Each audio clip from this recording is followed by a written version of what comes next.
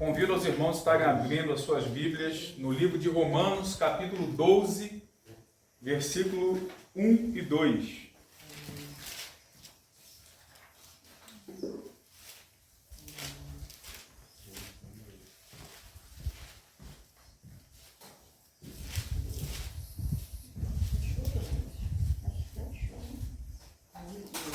Amém? Acharam, Marcos? Não, ficou.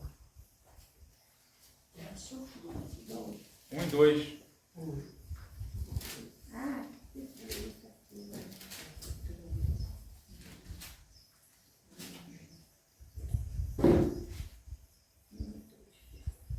Amém? Amém. Diz assim a palavra do Senhor: rogo-vos, pois, irmãos, pela compaixão de Deus, ou em outras versões está escrito pelas misericórdias de Deus, que apresenteis os vossos corpos em sacrifício vivo, santo e agradável a Deus, que é o vosso culto racional.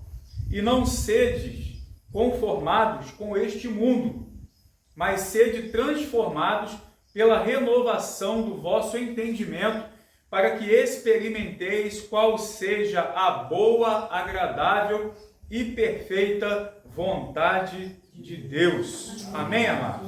Os irmãos podem se assentar. Esse texto ele é muito interessante para todos nós, porque ele é um texto prático para as nossas vidas. Todos nós, amados, buscamos entender a boa, agradável e perfeita vontade de Deus. Não é isso? Na nossa caminhada, todos nós desejamos que a vontade de Deus ela venha se manifestar na nossa vida. E isso é algo muito comum, né, a todos nós. Mas frequentemente nós achamos que a nossa vida ela não está sendo nada boa. Frequentemente nós achamos que a vida não está sendo nem um pouco agradável e muito longe de ser perfeita. Mas por que nós acreditamos dessa forma? Porque pensamos que o motivo está nos problemas que nós enfrentamos, seja na saúde, seja na vida financeira, seja nos relacionamentos ou na vida familiar.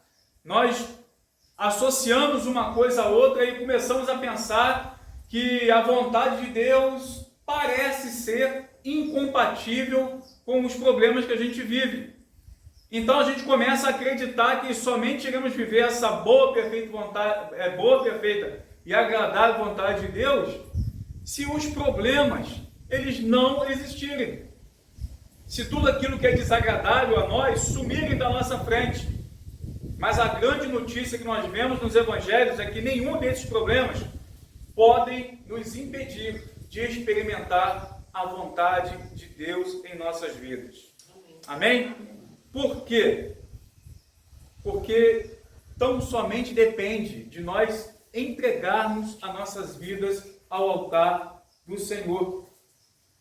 Somente essa entrega faz com que a vontade dele se revele dia após dia a cada um de nós. E nós precisamos entender que as circunstâncias, sejam favoráveis ou não,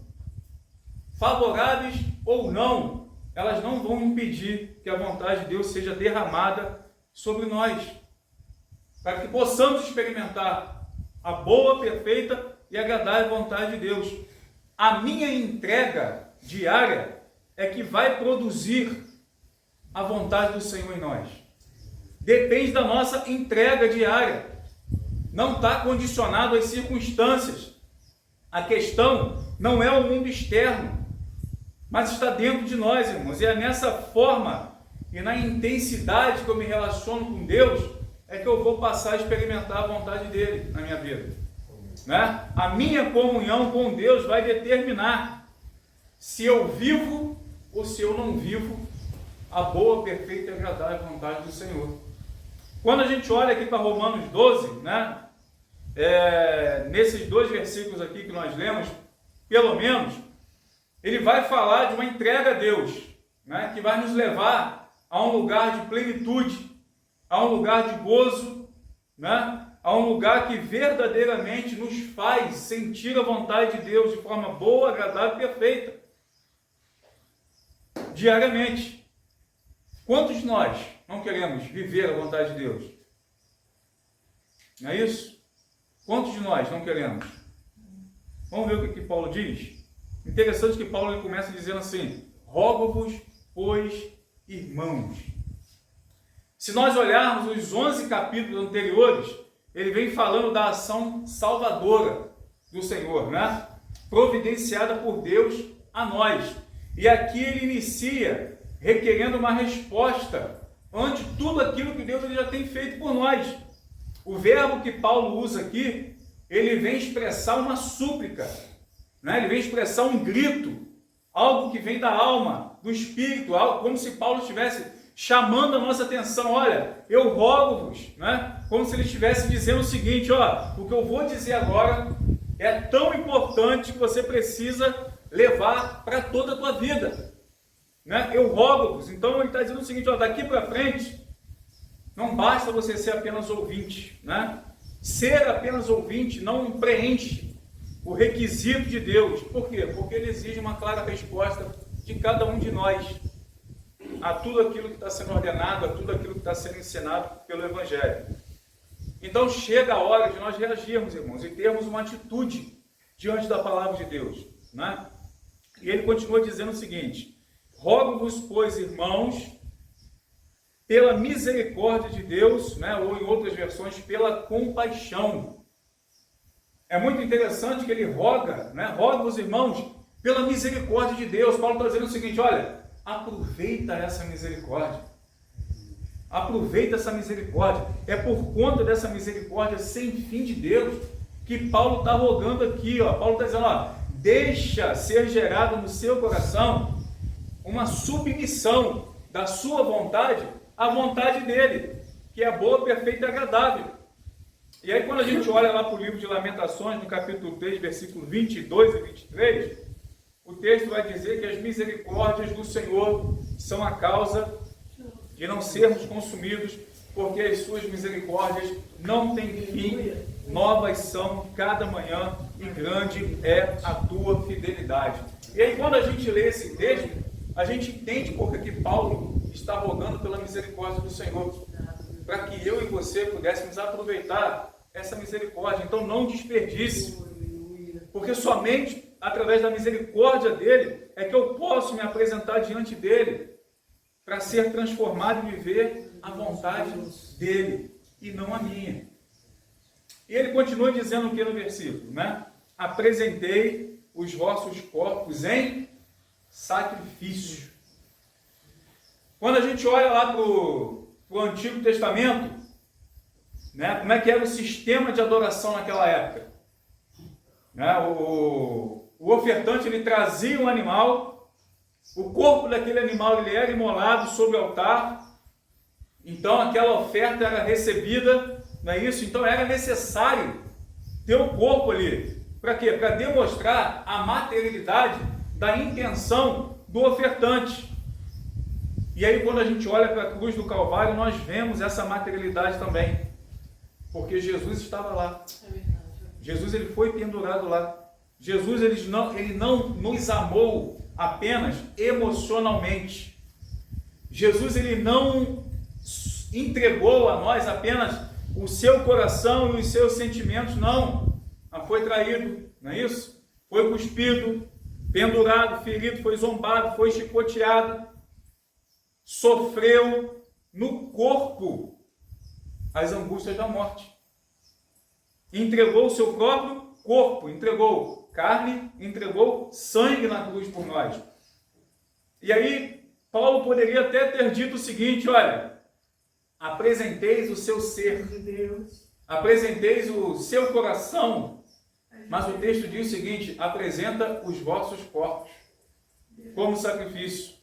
Por quê? Porque não adianta eu dizer no meu espírito que eu sirvo a Deus, mas na vida eu que vou determinar como as coisas vão acontecer no meu corpo.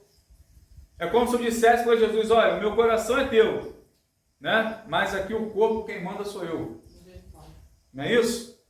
E isso é contraditório com a palavra de Deus. Os gnósticos faziam assim, eles dividiam o homem em corpo, alma e espírito. distintamente. E com isso eles afirmavam que qualquer pecado que era cometido no corpo não afetaria a alma, não afetaria o espírito, né? Afirmavam que a matéria era má, né? A matéria era má e que o espírito era bom. Então tinha essa problemática naquela época e com isso eles não poderiam evitar o pecado. E essa é mais uma grande heresia, é uma grande mentira. E Paulo diz aí, né? Ofereceis sacrifício vivo, ofereceis o vosso corpo, não é isso? Combatendo também esse tipo de heresia naquela época. Agora, qual é a importância do corpo, irmãos? Sem o corpo a gente não vive. Sem o corpo a gente não ama. Sem o corpo a gente não expressa esse nosso sentimento, a gente consegue compreender, a gente não consegue crer. E nós temos uma errônea tendência em pensar que temos que entregar a Deus como sendo algo puramente espiritual e emocional, somente. Não, eu tenho que entregar ao Senhor apenas o meu emocional, apenas o meu coração. O corpo não faz diferença. Não é isso que a palavra nos ensina. Não há como nós fazermos uma separação, né, de mente e corpo. Não tem como. Eu consagro a Deus a minha mente, mas o corpo eu faço do meu jeito. Isso é contra a palavra. A questão é que nós fomos chamados para oferecer o nosso corpo a Deus. Nós fomos chamados para oferecer o nosso corpo a Deus. E a nossa entrega ela não pode ser puramente interior e sentimental apenas. Mas o seu corpo deve expressar-se em atos concretos, palpáveis, que vão glorificar o nome dele. Amém? O argumento de Paulo aqui é muito simples, irmão. O corpo deve glorificar a Deus. Por quê? Porque pertence a ele. Quando olhamos lá para Coríntios, na sua primeira carta, no capítulo 6, versículo 20, Paulo ele vai dizer assim: fostes comprados por bom preço. Glorificai, pois, a Deus no vosso corpo e no vosso espírito, os quais pertencem a ele.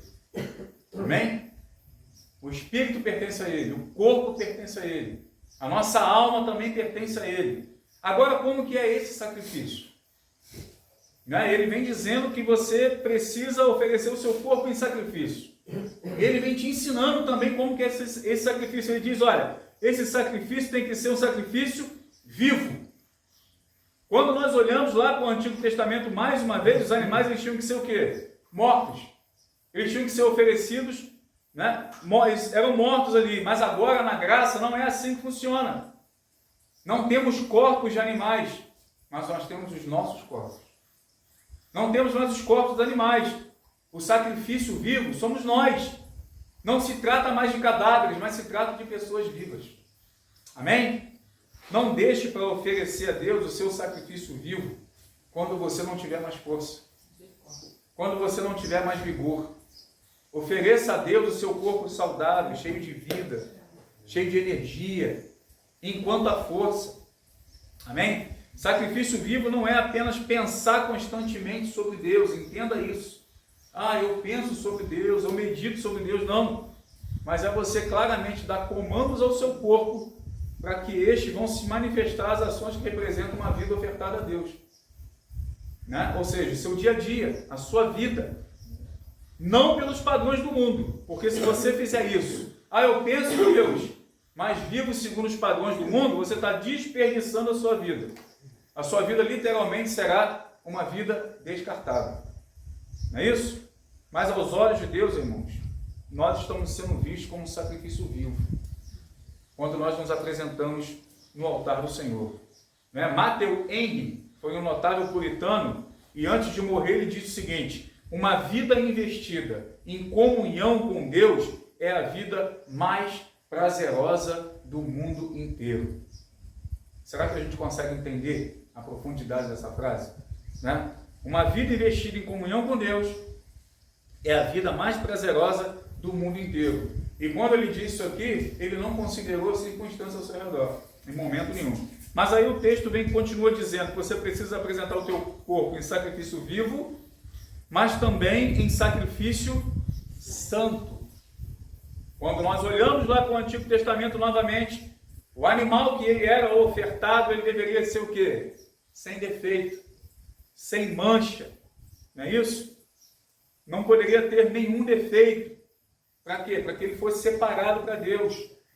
E aí a gente pensa numa pergunta simples e profunda, né? Como que nós pensamos no nosso corpo em relação a Deus? Você pensa no seu corpo como sendo algo de Deus? Você se resguarda para o Senhor, né? Você pensa nessa matéria como uma manifestação para a glória de Deus? Hebreus 12, 14 diz o seguinte: segui a paz com todos e a santificação, sem a qual ninguém verá o Senhor. Então, esse sacrifício que nós fazemos ao Senhor precisa ser um sacrifício santo, um sacrifício puro, sem interesses, né? Sem mancha, sem pecado. E o texto continua nos falando que esse sacrifício também precisa ser um sacrifício agradável. A minha vida ela deve ser ofertada por completo em sacrifício no altar de Deus. E precisa ser vivo e precisa ser santo. Por quê? Porque se não for assim, irmãos, não será agradável a Deus. Porque Ele se agrada daquilo que é santo, daquilo que é vivo. E isso é um sacrifício agradável a Deus. Amém. Quando a gente se oferta ao Senhor. É um sacrifício vivo e um sacrifício santo. E isso se torna agradável a Deus. E é interessante que Paulo diz que quando a gente faz assim, esse é o nosso culto racional. Por quê? Por que Paulo diz, né, que esse é o nosso culto racional? Justamente por causa disso. Um sacrifício vivo, um sacrifício santo e agradável é um tripé. Para quê? Para nós cultuarmos ao Senhor de forma racional. De forma que a gente possa entender a nossa adoração, né, a nossa veneração, a nossa dedicação a Ele. Porque se nós não entendermos aquilo que nós fazemos aqui, né, de nada adianta. É apenas formalidade.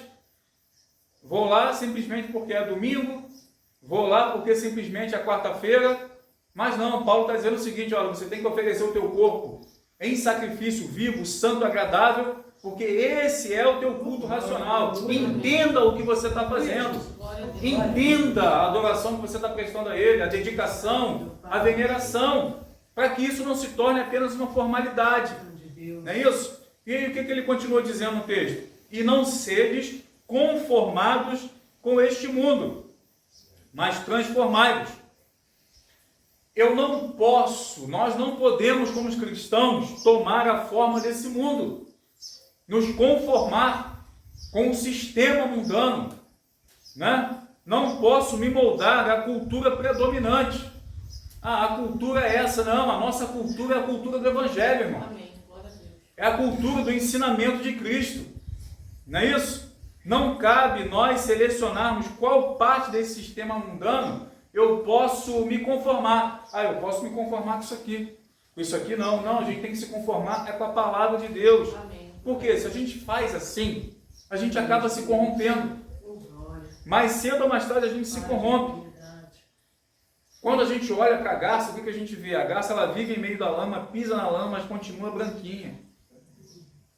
Nós temos que ter o cuidado também. Nós estamos no mundo, mas não pertencemos a esse mundo. Glória a Deus. Amém? Amém?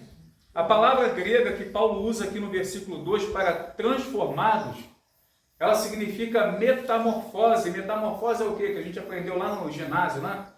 Não é isso? No primeiro grau, né? Nem existe mais isso. O que é isso? É a Não, tem uns irmãos aí que pegaram. É a transformação de um ser no outro, irmãos. É a mudança total na forma. E aí, quando a gente olha para a lagarta, o que a gente vê? A transformação que ela passa. Como larva passa um período dentro do casulo, não é isso? Rastejando, comendo folhas, mas sofre a mutação. E depois que ela sofre a mutação, que ela sai do casulo, o tipo de vida é outro. Já não está comendo mais folhas, já não está mais rastejando, mas já está no pólen das flores. Já está voando. Uma mudança radical, metamorfose. Então, a gente aprende que os hábitos antigos são aquelas coisas que nós fazíamos antes, né? Assim como a lagarta. Depois de Cristo, isso tem que mudar. Isso tem que ter um fim. Amém. Né? A mudança, ela é fundamental para a nossa vida. É fundamental.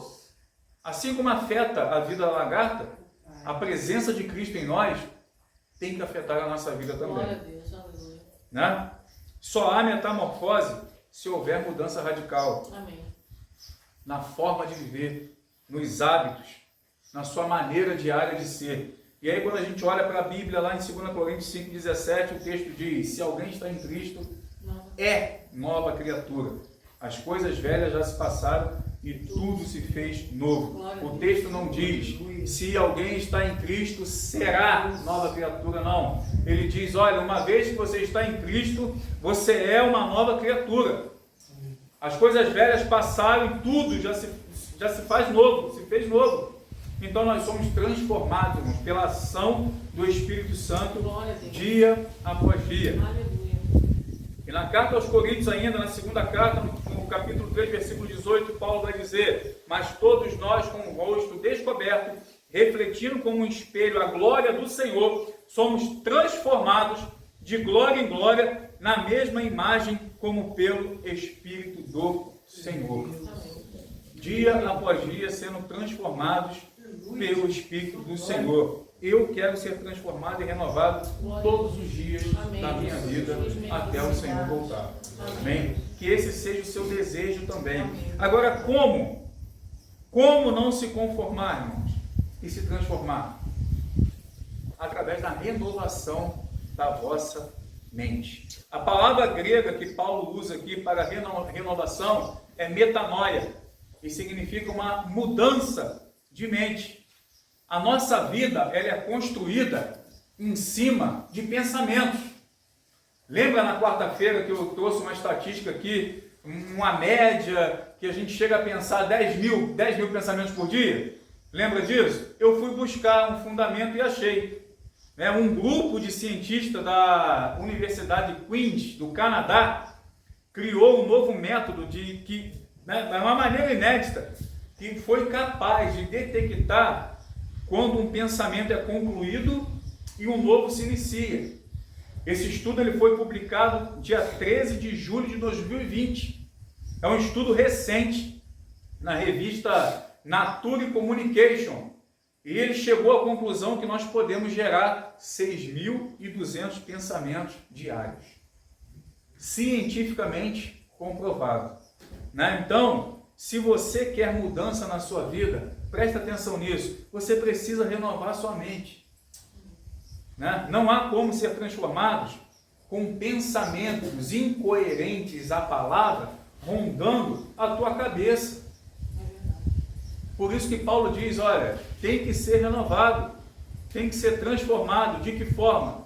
Renovando a mente, mudando a forma de pensar. Mas pastor, o que eu penso? Aí quando ele escreve aos Filipenses, ele diz: quanto ao mais, irmãos, tudo que é verdadeiro. Então, tudo que é verdadeiro, você pensa, em vez de pensar na mentira, pensa naquilo que é verdade. Tudo que é honesto. Em vez de você pensar naquilo que é corrupto, você pensa o que é honesto. Tudo que é justo, tudo que é puro, tudo que é amável, tudo que é de boa fama. Se há alguma virtude e se há algum louvor, nisso pensai. Ele já te dá, a palavra já está te dando um padrão que você tem que colocar nos seus 6.200 pensamentos. Não é isso? O que está expresso aqui, irmãos, nesse verso que nós lemos agora? É o retrato da palavra de Deus. Ela é verdadeira, ela é honesta, ela é justa, ela é pura, ela é amável, ela é de boa fama, é poderosa, nos conduz à adoração a Deus, nos conduz à salvação eterna, nos conduz ao perdão de pecados. Aleluia, glória a Deus. Então você não precisa ser um escravo dos seus pensamentos. Você pode viver a sua vida sob o controle e direção do Espírito de Deus para vencer essa batalha. Glória a Deus. Amém? Agora, por que isso? Para que isso? Por que isso é necessário? Para que experimenteis qual seja a boa, agradável e perfeita vontade de Deus. Então, para que você consiga experimentar a vontade de Deus, você precisa entregar o seu corpo em sacrifício vivo, santo, agradável, não se conformando com o sistema mundano, transformando a sua mente. para você conseguir experimentar a plenitude da vontade de Deus. E como que é essa vontade? O texto diz que ela é boa. Por quê? Porque faz com que todas as coisas cooperem para o seu bem. Amém. Não é isso? Não é isso que a palavra diz? Todas as coisas cooperam para o bem daqueles que amam a Deus. Né? As coisas podem estar difíceis? Podem. Mas no final, a gente acaba concordando que tudo cooperou, no mínimo, para o nosso crescimento espiritual. Não é isso? A vontade dele é agradável. Por quê? Quando a minha vontade se casa com a vontade de Deus, né, com o prazer de Deus, isso passa a ser o meu prazer também, diariamente. Então a vontade de Deus precisa se tornar a minha vontade. Eu tenho que começar a pensar os pensamentos de Deus. Não é isso? A vontade da gente não somente aceita, mas também vai amando e desejando essa vontade cada vez mais, se assim nós fizermos. Então, quando a nossa vontade está sob a vontade de Deus, está sob o governo da vontade de Deus, tudo começa a se tornar um privilégio. Tudo começa a se tornar um prazer. Tudo começa a se tornar algo agradável em Deus. E essa vontade é perfeita. Por quê? Porque a vontade de Deus passa a ser a minha vontade também. Não há conflito. O melhor de Deus, ele se manifesta na minha vida, se assim eu fizer. Amém? Então, a vontade de Deus, ela passa a ser o meu norte. Ela passa a ser a minha bússola, para me direcionar, para me seguir passo a passo. Então, se o meu desejo é estar submisso à vontade do Espírito de Deus, né, através da graça, da misericórdia dele, então o que eu quero é o meu prazer em oferecer o meu corpo ao Senhor, a minha inteligência, as minhas forças, os meus talentos, os meus dons, né, o meu ser como sacrifício vivo, santo e agradável a Deus. Amém, queridos? Vamos colocar de pé. A proposta de Paulo para nós aqui nesses dois versículos que nós lemos é que é possível, sim, nós experimentarmos a vontade de Deus em nossas vidas. Mas que nós precisamos de uma contraparte da nossa vida também, em fazermos a nossa parte. E qual é a nossa parte? O que o texto fala? Apresenta o teu corpo ao Senhor. Né? Diariamente. Senhor, eis-me aqui. Usa-me a mim. Não é isso? Apresenta o seu corpo ao Senhor. De forma santa, de forma agradável a Ele. Adore a Ele entendendo o jeito que você está adorando a Ele. Não se conforme, mas se transforma a cada dia. A cada ensinamento bíblico. Pratica na tua vida. Pô, a Bíblia diz que eu tenho que praticar isso aqui. Isso aqui é bom. Pratica. Não seja apenas ouvinte, não. Mas pratica a palavra. Né? E vai se transformando. Vai meditando na palavra e vai transformando o teu pensamento. A sua forma de entender o Evangelho. A sua forma de entender o amor de Deus e o que Ele fez por nós. Amém? Só assim a gente pode experimentar a boa, agradável e perfeita vontade de Deus na nossa vida. Amém, irmão?